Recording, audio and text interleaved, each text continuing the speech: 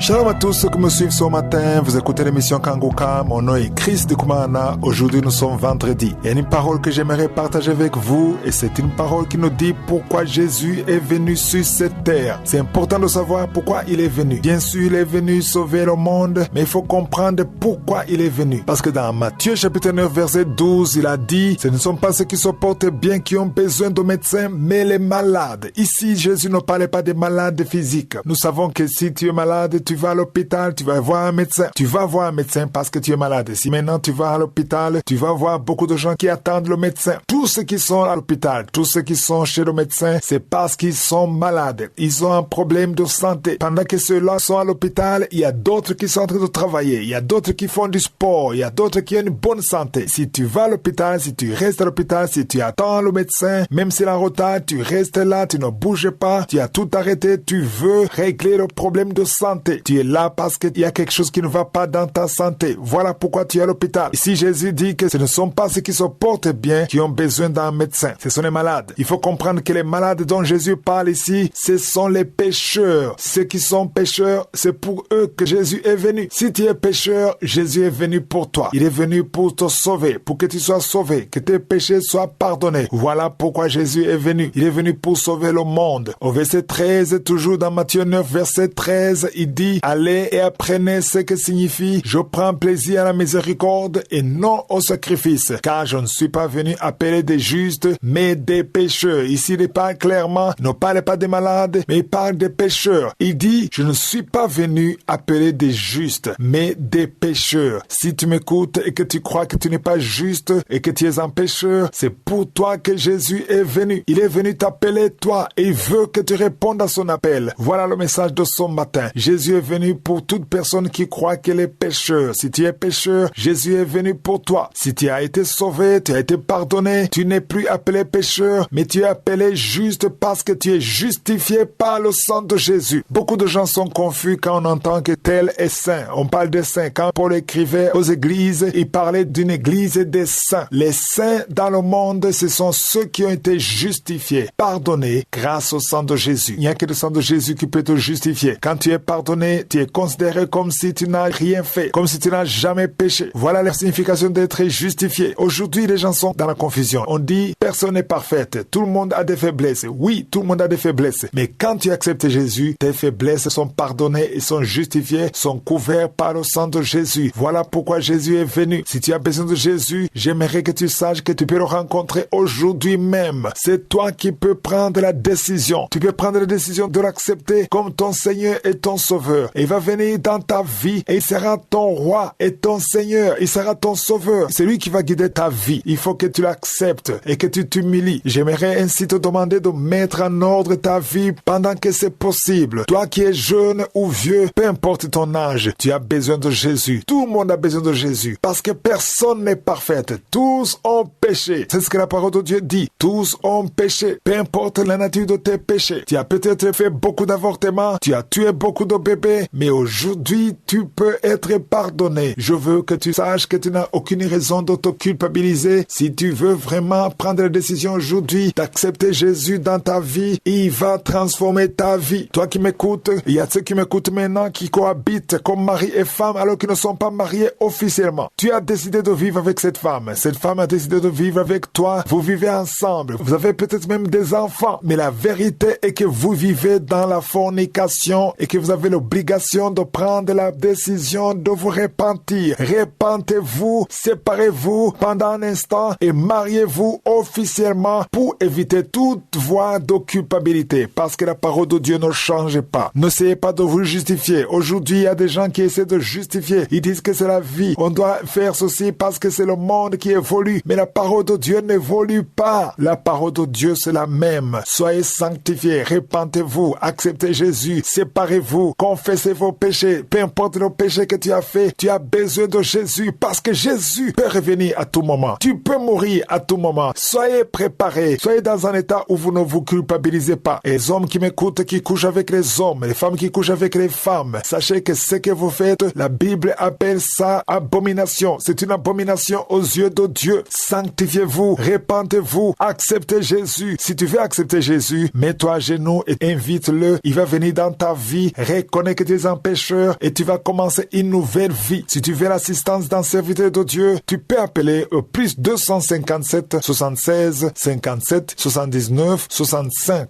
Si tu vis aux États-Unis ou au Canada, tu peux appeler au 613 462 93 52.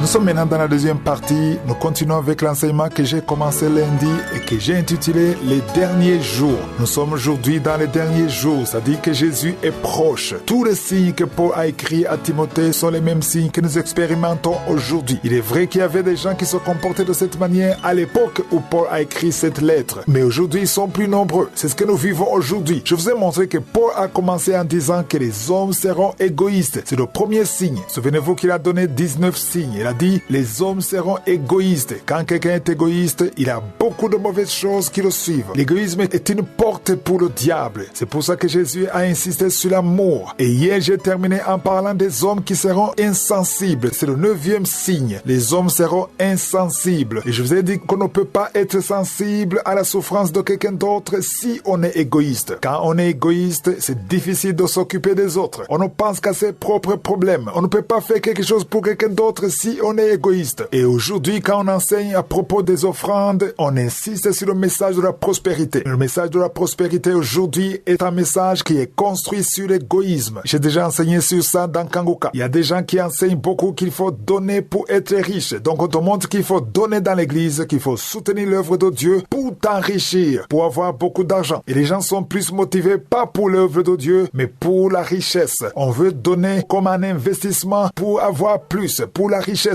Donc tout est centré sur l'égoïsme. Et l'égoïsme finit par engendrer de la cupidité. Les gens sont plus motivés pour leurs propres affaires. Tu donnes et tu donnes tout en espérant de te rembourser financièrement. Tu donnes parce que tu veux t'enrichir. Et on n'a plus l'amour. Il y a même ceux qui vont jusqu'à aider les pauvres dans le but de régler leurs problèmes financiers. Tu aides un pauvre, mais tu n'aimes pas le pauvre. C'est pas le pauvre qui t'intéresse. C'est ton compte bancaire qui t'intéresse. Et quand rien ne fait, tu abandonnes. J'ai vu des gens qui commençaient à aider les enfants, les orphelins, mais quand rien ne changeait dans leur compte bancaire, ils abandonnent. Ils disent que ça ne marchait pas. Finalement, ce n'était pas de l'amour. Il n'y avait pas de compassion. Parce que quand tu as la compassion, quand tu as l'amour, tu vas aider quelqu'un, ta récompense, c'est de voir cette personne sortir du problème. Tu veux aider une pauvre, une veuve, un enfant qui a des problèmes, tu es content quand ce problème est résolu. C'est ça l'amour. Même quand tu soutiens l'œuvre de Dieu, tu veux voir l'œuvre de Dieu avancer. Tu veux voir les âmes sauvées. C'est ça la récompense, c'est ça la joie. Mais quand tu es égoïste, tu ne penses qu'à toi, tu ne penses qu'à ton intérêt. C'est ça l'égoïsme. Et les gens sont devenus insensibles. C'est le 9e point. Mais les gens sont devenus maintenant insensibles. Le message de la prospérité pousse les gens à être insensibles, à ne penser qu'à eux-mêmes. Il y a 30 ans, 40 ans, il y avait encore de l'amour. Ceux qui sont âgés, qui m'écoutent, ils savent qu'il y a quelques décennies, les gens s'aimaient. Tu sentais vraiment de l'amour. Les gens pouvaient se rendre visite à n'importe quelle heure, rien que pour parler, rien que pour une relation, rien que pour la fraternité. Je me souviens quand j'étais encore petit, les parents venaient se rendre visite, il n'y avait pas de téléphone portable, quelqu'un venait comme ça. Mais aujourd'hui, quand tu viens sans téléphoner, sans avertir, c'est comme une insulte. Les gens sont choqués. Tu dois d'abord téléphoner pour venir. Mais à l'époque, il n'y avait pas de téléphone portable. On venait comme ça, on se saluait. Il y avait de l'amour. Les gens pouvaient venir avec des cadeaux, pouvaient venir avec des boissons. Et on parlait. Et il y avait vraiment une fraternité. Il y avait une communion à l'époque. Mais aujourd'hui, c'est totalement différent. L'amour n'existe plus. Les gens sont sont devenus insensibles. Tu peux passer 5 ans, 10 ans sans dire bonjour à ton voisin et c'est tout à fait normal. Et quand il y a des visiteurs, maintenant tu vois des visiteurs qui viennent te voir et vous passez toute la soirée à regarder la télévision. Peut-être il y a un match de football intéressant et vous vous concentrez sur la télévision et vous ne vous parlez pas. Tu ne connais pas ces problèmes, tu ne sais pas ce qui ne va pas et votre attention c'est sur la télévision. J'ai même vu des couples qui sortent dans un restaurant, mais quand vous êtes dans le restaurant, l'homme et la femme, un couple, un mari et une femme, ils sont dans un restaurant, pendant qu'ils attendent le repas, chacun est concentré sur son téléphone. S'il y a un élément que le diable utilise pour détruire l'amour, la fraternité, c'est la technologie. Aujourd'hui, le téléphone portable a détruit complètement la vie sociale. Pourquoi est-ce que Satan est contre la fraternité, l'amour? Pourquoi il ne veut pas ça? Parce que Jésus a donné un nouveau commandement. Il a dit, je vous donne un nouveau commandement, aimez-vous les uns les autres. Et Satan a entendu ça. Et il veut défier le nouveau commandement de Jésus. Il veut détruire son commandement. Il veut que les gens ne s'aiment pas. Il veut que les gens fassent le contraire. Quand il n'y a pas d'amour, le diable est content parce qu'il ne veut pas qu'il y ait de l'amour. Le diable veut la division. Le diable encourage l'égoïsme. Et c'est pour cela que les gens sont insensibles aujourd'hui. Je vous demande de prier pour que l'amour que Jésus a promis se manifeste dans vos vies. Ce n'est pas facile. C'est pour ça qu'il faut construire sur le roc. Si tu construis sur le sable, la tempête viendra et la maison va s'écrouler. Nous allons continuer lundi prochain. Je vous rappelle que demain c'est le jour de la prière pour les malades. Continuez à lire tous ces signes. Que Jésus vous bénisse. Passez un excellent week-end.